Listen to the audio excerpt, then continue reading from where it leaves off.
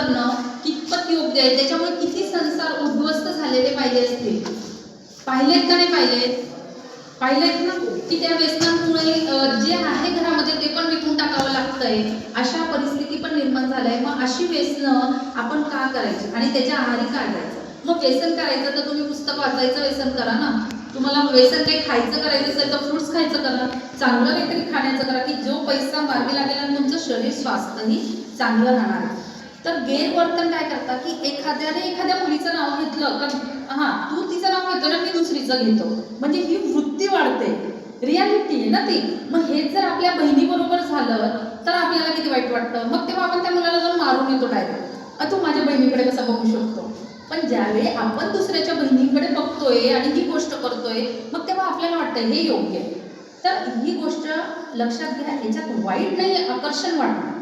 तुम्ही आता त्या एजमध्ये आहेत की मुलांना मुलींबद्दल आकर्षण वाटणं आणि मुलींना मुलांबद्दल आकर्षण वाटणं हे स्वाभाविक आहे. एक्सेप्ट करा ती गोष्ट.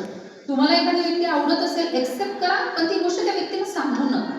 रिझन काय न सांगण्याचं, की आपल्याला माहिती नाही पुढच्या 10 वर्षानंतर ती व्यक्ती नक्की शिकते का नाही शिकते, ती व्यसनाधीन होते का, ती वाईट मार्गावर जाते का, किंवा तिचं पुढे काही लाईफमध्ये सेटल होणार नसेल तर आपण का उगीच आज त्या व्यक्तीमध्ये पडायचं. आणि त्याच्याने काय होणार आहे, घरच्यांची नावं हे होणार. आपण बदनामीपेक्षा तुमचं लाईफ करा होणार, ते बदनामी वगैरे नंतरचा मुद्दा, पण तुमचं लाईफ करा होणार, डिस्टर्ब होणार.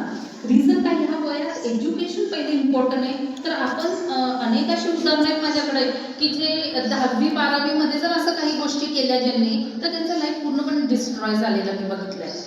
एक छोटंसं उदाहरण ते एरंडोलमधीलच एक मुलगी बीईच्या फर्स्ट इयरला होती.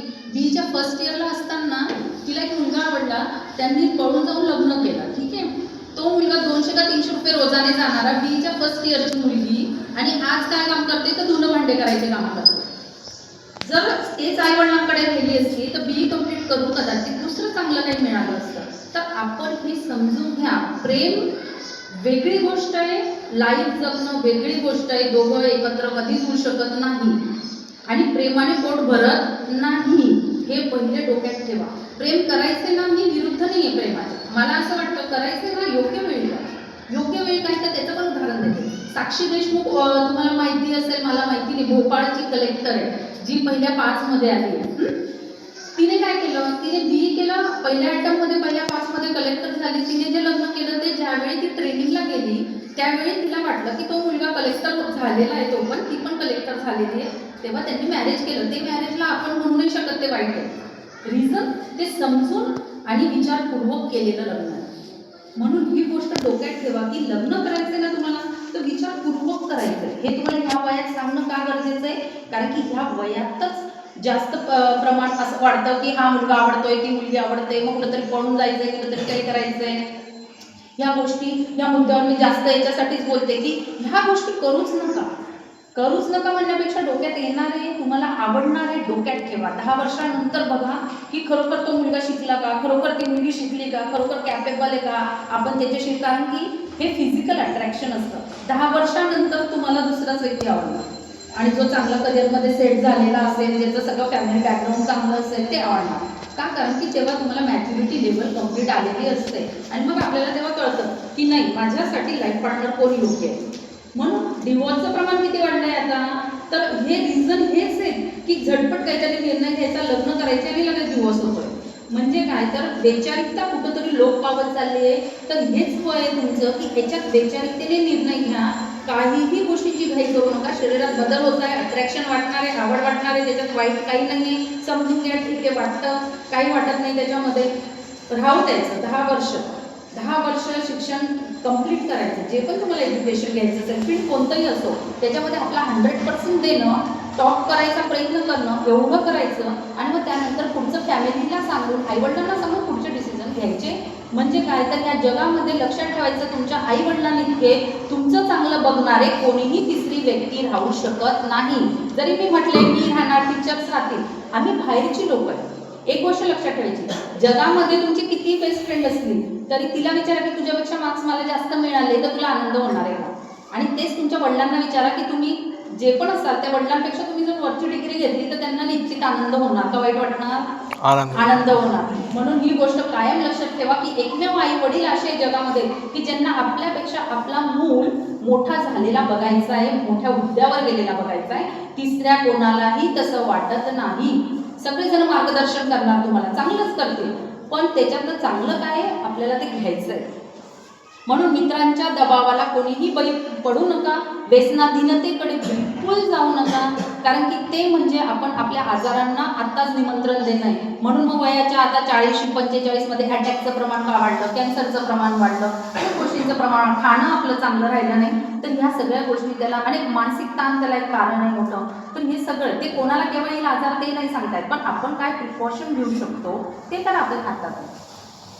मग शैक्षणिक समस्या काय जाणवतात, परीक्षेचा ताण येत असतो, येतो ना एक्झामचा ताण का नाही येत, बोला थोडंसं येतो. मग काय येतोय तर मला वाटतं ते बनवायसारखं गोष्ट आहे. म्हणजे काय तर इतके मार्क्स मिळालेच पाहिजे, इतकी रँक आलीच पाहिजे, मी टॉप केलंच पाहिजे, करिअर झालंच पाहिजे, बरोबर सगळं खरं. पण एक गोष्ट कायम लक्षात ठेवायची, कालचीच घटना आहे. 12वीचा स्टुडंट जो माझ्याकडे काउन्सिलिंग घेत होता, डिप्रेशनमध्ये गेलेला का तर नीटची एक्झाम मी पासआउट होऊ शकत नाही, 4 लाख फी भरलेली. बॉम्बेचा मुलगा आला होता काउन्सिलिंगसाठी. 4 लाख फी भरलेली आहे, आई वडिलांचं प्रेशर आहे, घरच्यांचं प्रेशर आहे, पहिले भाऊ बहिणी चुलत वगैरे डॉक्टर झाले, कोणी आर्किटेक्ट झालेलं आहे, म्हणून ते प्रेशर आहे की मी पण झाला पाहिजे, जर मी नाही झालो तर मग काय होईल.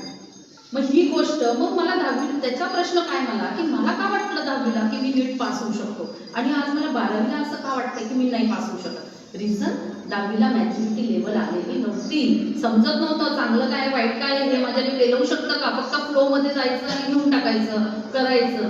आणि जेव्हा नीट अभ्यास बघितला तेव्हा कळलं की नाही टफ आहे नीटची एक्झाम, माझ्याने आता पास आउट नाही होणार. मग ठीक आहे, नाही झालं तर नाही झालं, ही गोष्ट कायम डोक्यात ठेवा.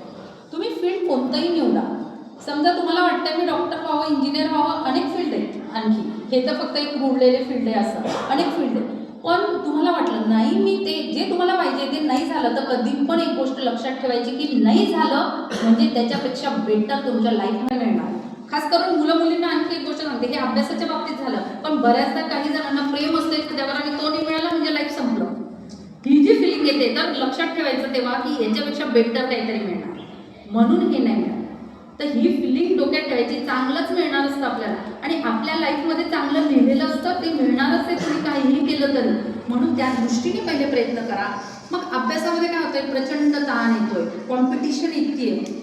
मग ताण कुठून येतोय की आपण प्लॅनिंग नीट नाही करत एक अभ्यासाचं, हे सगळ्यात पहिले तर कॉलेज चालू होतं वाटतं, आता चालू झालंय 2 महिने असे निघून जातात, लगेच एक्झाम जवळ. मग प्लॅनिंग इम्पॉर्टंट. काय तर आठवायचं आपले स्कूल डेज की आपण शाळेमध्ये असताना असं प्रॉफिट करा की हे माझ्या चांगल्यासाठी सांगताय माझे टीचर लोक, ते तुमच्या वाईटसाठी सांगत नाहीये. पहिले ही गोष्ट डोक्यात ठेवा. ते जर तुम्हाला कधी रागवता आहे तर लक्षात ठेवा तुमचं चांगलं असेल काहीतरी त्याच्यात, मगच ते रागवणार आहे. वाईट वाटून नका घेऊ. रागवतो कोण, ज्याला तुमच्याबद्दल प्रेम तोच तुम्हाला रागणार. तिसरा व्यक्ती काय येऊन रागवणार आहे, त्याला काय घेणं देणं आहे तुमचं चांगलं झालं काय वाईट झालं. म्हणून ही गोष्ट समजून घ्या, जेव्हा आपला टीचर आपल्याला रागवत आहे कोणत्या कारणाने असो तर ते आपल्या भल्यासाठी रागवत आहे. या वयामध्ये अनेक मुलं सूड भावना ठेवतात डोक्याने, हा मला टीचरने रागवलं ना, या बाहेर मी तुम्हाला बघून गेले, अशी पण विद्यार्थी मी बघितली आहे. मग अशा वेळी टीचर काय विचार करतील, काय सांगायचं जाऊ ते म्हणजे होईल ते होईल त्यांचं, आपल्याला काय घेणार. ही वृत्ती पूर्वीच्या काळी काय होतं, 20-25 वर्षापूर्वी आदरयुक्त भीती होती टीचर लोकांची मनामध्ये, समोरून टीचर आले तरी बाजूला होणार. ही भीती बऱ्याच प्रमाणात कमी झाली, पण तुमच्या चांगली दिसते त्या मनाने आहे बाबा की आदरयुक्त तुम्हाला टीचर लोकांचा आहे. तर हा असाच ठेवा जेणेकरून गुरुच हे आपल्याला सगळं मार्गदर्शन करणारे असतात. ही भावना डोक्यात ठेवा. अभ्यासाकडे कसं करायचं आहे की प्रॉपर वेने, आज मला काय शिकवलं आहे स्कूल कॉलेजमध्ये तो अभ्यास माझा लर्न झालाच पाहिजे. त्याच्यावरचे काही क्वेश्चन्स दिलेले असतील, मी रायटिंग वर्कमध्ये लिहिलंच पाहिजे. असं नाही काय मोबाईलवर PDF येऊन जाणार आहे, मी वाचून घेईल, मी झेरॉक्स करून घेईल. रिझन काय, ज्यावेळी आपण आता हे होतं तर मग मी हे तोंडीही बोलू शकत होते, मी का पॉईंट्स लिहिले. रिझन, जेव्हा आपल्या हाताखालून एखादी गोष्ट जाते, हात केव्हा काम करतोय, ब्रेनला कळतोय. ब्रेन त्याला सांगतोय. जेव्हा आपण लिहितोय तेव्हा कळतंय मी हे मुद्दाचं लिहिते तर मला याच्यावर काय बोलायचं आहे. जर मी ते लिहिणार नाही, फक्त मनातच ठेवतोय तर ते कन्फ्युजन होतं. बघा आपल्याला बऱ्याचदा वाटतं विचारांचा गोंधळ होतो लाईफमध्ये, आणि एकदा संध्याकाळच्या वेळी मोठ्यांनाही होतं. लिहून काढा एका कागदावर, काय विषय काय प्रश्न आहेत माइंडमध्ये, त्या दिवसापुरता ते प्रश्न लिहा, लगेच उत्तरं खाली लिहायची. तुम्हाला वाटतं कोणी वाचायला नको, उत्तरं वाचून घ्या, कागद फाडून फेकून द्या. त्या लगेच तुम्हाला कळेल की माझा विचारांची जो गोंधळ होत होता थोड्या वेळापूर्वी तो थांबला आहे. तर हे छोट्या छोट्या गोष्टी आहेत लाईफमध्ये करायच्या. मग सकाळी मेडिटेशन केलं पाहिजे. करतो का आपण 5 मिनिटं? नाही करत. मग मेडिटेशनचा अर्थ काय की फक्त शांत डोळे बंद करून बसणं का? तर नाही. माझ्या सेंटरच्या मार्फत आम्ही हे मेडिटेशन शिकवतो की मेडिटेशन करत असताना डोळे बंद केले ना तर प्लॅनिंग करायचं आजच्या दिवसभराचं की आता मी उठले, मी आता हे करणार. मला यायचं होतं 10 वाजता राईट टाईम, बरोबर मॅडम? मी मॅडमांना 9:45ला कॉल केला का? वेळेचं आपल्याला बंधन पाहिजे. पण तुम्ही बाहेर काहीतरी हे होतं म्हणून मॅडमांनीच मला सांगितलं की तुम्ही 15 मिनिटं लेट या, म्हणून मी लेट आले, नाहीतर मी इथं 10ला टच झाले असते. वेळेचं महत्त्व आपल्याला पाहिजे. रिझन मी आजचा जर 1 तास इथं चुकवला तर माझं पुढचं शेड्यूल बिघडणार. ही गोष्ट आपल्याला प्रत्येकाला कळली पाहिजे. मग मेडिटेशन करत असताना प्लॅनिंग काय हवं की आता तुमचं कॉलेज, मी ह्या टायमात कॉलेजला जाणारे, टीचर काय शिकवणारे, मी प्रॉपर लक्ष देऊन ऐकणार. मला किती फ्रेंडने सांगितलं चल बाहेर फिरून येऊ आणि हे करून येऊ, फिरा ना फ्रेंड्स बरोबर, असं नाही म्हणत फिरू नका. केव्हा फिरावं? पिरियडला फिरा ना, जेव्हा तुमच्या जो वेळ आहे तेव्हा जाऊन फिरून या, एक चक्कर, काय बिघडत नाही. तुम्हाला गप्पा मारायच्या फ्रेंडशी निवांत जेव्हा मोकळा वेळ अर्धा तास मारून घ्या गप्पा, त्यालाही माझं बंधन नाही. पण जो टायमिंग मी अभ्यासासाठी नेमला आहे, दिवसाला 3 तास मी सेल्फ स्टडी करायलाच पाहिजे, तर करायलाच पाहिजे. त्याच्यात न आलं कोणाचं लग्न असो, कोणाचं मरण असो, कोणाचं काय असो, ते त्यांचं ऑफ होणार आहे. आपण गेलं नाही गेलं काहीही फरक पडत नाही का? कारण की आपल्या घरातले मोठं आहेत तिथं जाण्यासाठी. म्हणून आपण आपला वेळ नाही वाया घालायचा आहे की आज लग्न होतं, कोणाचं दुसऱ्याचं लग्न आहे, त्याच्यासाठी 8 दिवस मी का वाया घालायचे माझ्या लाईफचे? तर ही गोष्ट पहिले लक्षात घ्या की मी वेळ कुठं वाया घालतो. मग मोबाईल बघतोय ना, मग तासन तास मोबाईलच बघायचा आहे का? स्क्रोलिंग करत नाही. मोबाईल बघा ना, रील बघावाशा वाटतात, मोठेही बघताय. मग किती वेळ बघायचा आहे? अर्धा तास ठरवून घ्या की मी अर्धा तास मोबाईल बघणार आहे, अर्धा तास नॉलेजचं बघणार आहे, अर्धा तास रील बघणार आहे. ठीक आहे, बघा, काय हरकत नाही. पण मग हे बंधन स्वतःला घालणं हे तितकंच महत्त्वाचं आहे. काही ठिकाणी मी फिरायला जातोय, मोबाईलची आवश्यकता नाही ना, वापरू नका. हे फक्त तुमच्यासाठी नाही, सगळ्यांसाठी आहे. आवश्यकता नाही, वापरू नका. रात्री 10 वाजले, बेडरूमच्या बाहेर मोबाईलला ठेवा, हॉलमध्ये ठेवा.